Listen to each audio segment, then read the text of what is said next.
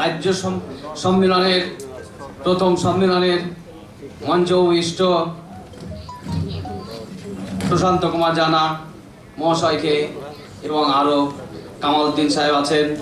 বিপুল বিহারী স্বামীবাবু আছেন, তাদের প্রতি সকলকেই শ্রদ্ধা, ভালোবাসা এবং আমার সহপাঠী সহকর্মী বন্ধুবান্ধবকে আন্তরিক ভালোবাসা জানিয়ে আমি দু চার কথা বলতে রাজি আছি, বলছি, আপনারা একটু শুনুন।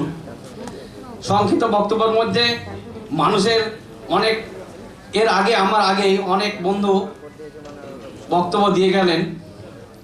আমি ওই বিষয়ে আলোচনা করতে চাইছি না, সংক্ষেপের মধ্যে বলা খুব মুশকিল হবে, তবুও বলছি এই রাজ্যের আমাদের প্রথম সম্মেলন। প্রথম যে কোনো কাজ যখনই করবেন, আমরা চাষি দিয়েই আমরা উদাহরণ দিচ্ছি, যেমন চাষিরা যখন চাষ করে তখন কিন্তু দেখবেন একটা প্রথম জিনিসে যেভাবে আমরা পরিকল্পনায় চাষ করতে যাব, তো হয়তো কোনো দিক থেকে না কোনো দিক থেকে ত্রুটি হয়ে যায়, তো তখন আমরা কি বলি, এবছর তো শিখতেই যাই, সামনে বছর দেখবো যে আরো ভালো করে চেষ্টা করার। তা ঠিক সেই অনুরূপভাবে আজকে আমাদের এই মানুষ মাত্রায় আগে বক্তব্য বলে গেলেন যে মানুষের মধ্যেই ভুল হয়, মানুষের জন্য মানুষ থেকে যদি ভুল ত্রুটি আমাদের ধরেন, তা আমরা কিন্তু আগামী দিনে অগ্রগতি হতে পৌঁছাতে পারবো না।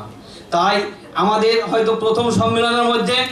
কিছু ত্রুটিপূর্ণ যদি হয়ে থাকে, তা আপনাদের সকলের কাছেই অনুরোধ করব যে এগুলোকে হাইলাইট না করে আমাদের সাথে চাপা রেখে আমাদের যে অভাব অভিযোগ যেগুলো আছে আমাদের আপনার প্রত্যেককে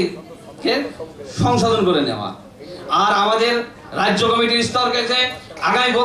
আগামী দিনের বন্ধুদের কাছে আমরা রাজ্যের কমিটির যারা উচ্চ স্তরে আছেন তাদের কাছে আমি অনুরোধ রাখবো যে আমাদের যে সার্ভেয়ার সাহেবরা আছেন, যাদের হয়তো 60 বছর বয়স হয়ে গেছেন, তাদের যেন ভাতার ব্যবস্থা হয়, প্রত্যেকটি জিপিতে যেন আমাদের 2 জন করে সার্ভেয়ার নিয়োগ হয়, প্রত্যেকটি ব্লকের যে আমাদের বিএলআর অফিস আছেন সেখান থেকে যেন আমাদের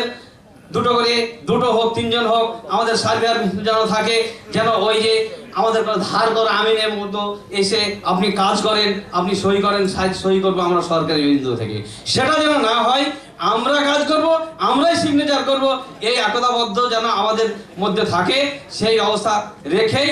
আমি আশা রাখছি যে এই উচ্চ স্তরে গিয়ে আমাদের এই সমাধানগুলো আমাদের করতে হবে। এই বলে আমি সংক্ষিপ্ত বক্তব্য শেষ করলাম।